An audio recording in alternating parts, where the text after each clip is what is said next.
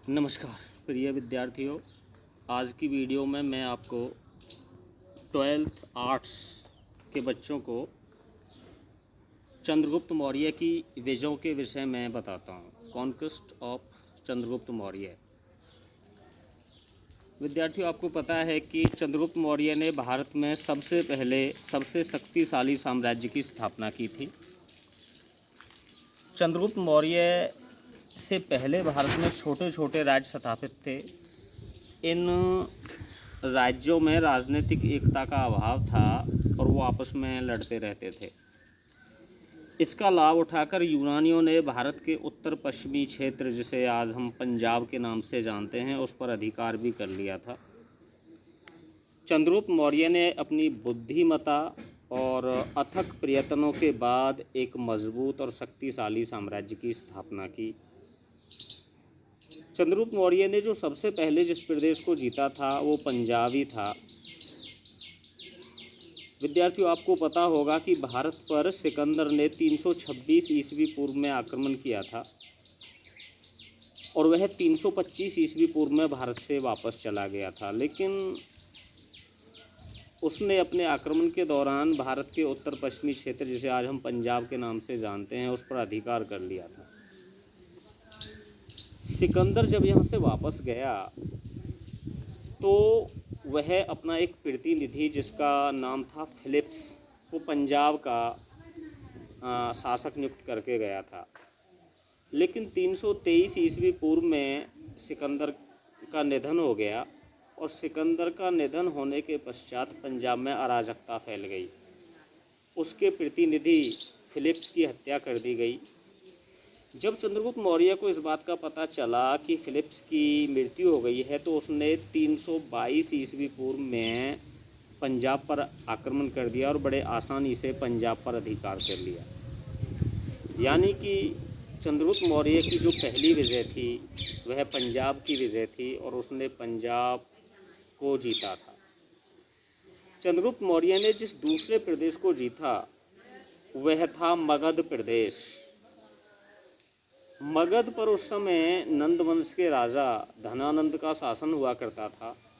धनानंद बड़ा अमीर और धनी राजा था, लेकिन साथ में वह अत्याचारी राजा भी था।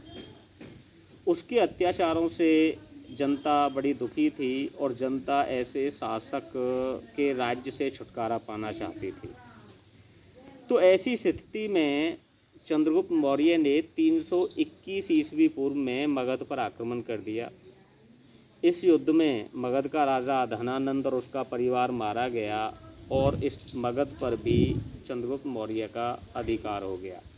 उस समय मगध में गया, पटना, शाहाबाद का कुछ क्षेत्र शामिल था। मगध पर अधिकार होने से जो चंद्रगुप्त मौर्य का साम्राज्य था वह काफ़ी विस्तृत हो गया।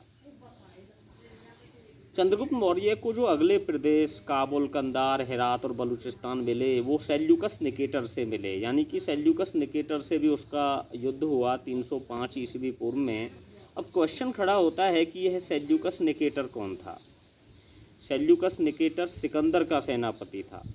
जब उसको पता चला कि चंद्रगुप्त मौर्य ने हमारे जीते हुए प्रदेशों पर अधिकार कर लिया है तो उसने सेना को सुदृढ़ किया। एक मजबूत सेना उसने एकत्रित की जिसमें उसको कई वर्ष लगे और 305 ईस्वी पूर्व में उसने चंद्रगुप्त मौर्य पर आक्रमण कर दिया। इस युद्ध में सेल्यूकस निकेटर की पराजय हुई। सेल्यूकस निकेटर ने अपनी पुत्री का विवाह चंद्रगुप्त मौर्य के साथ कर दिया। उसने काबुल, कंधार, हेरात, बलूचिस्तान के प्रदेश चंद्रगुप्त मौर्य को दे दिए।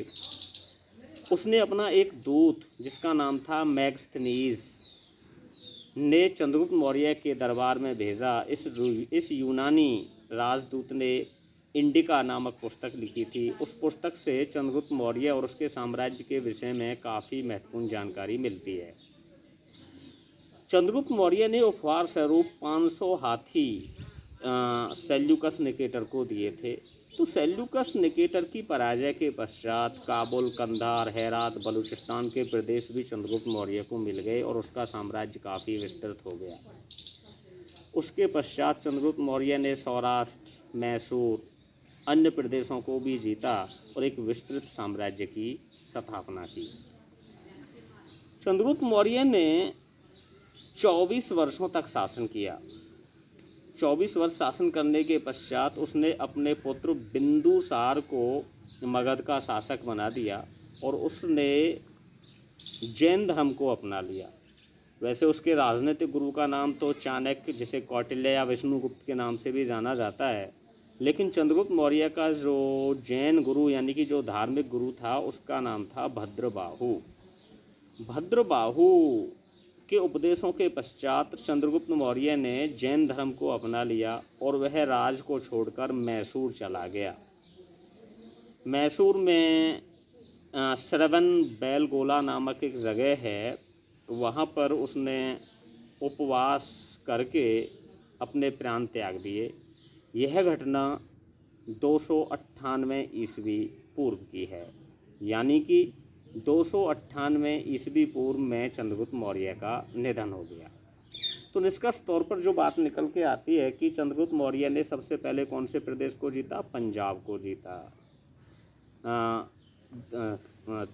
322 ईस्वी पूर्व में। फिर उसने 321 ईस्वी पूर्व में मगध को जीता।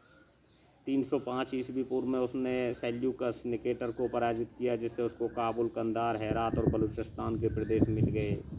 उसके पश्चात उसने सौराष्ट्र और मैसूर पर अधिकार कर लिया।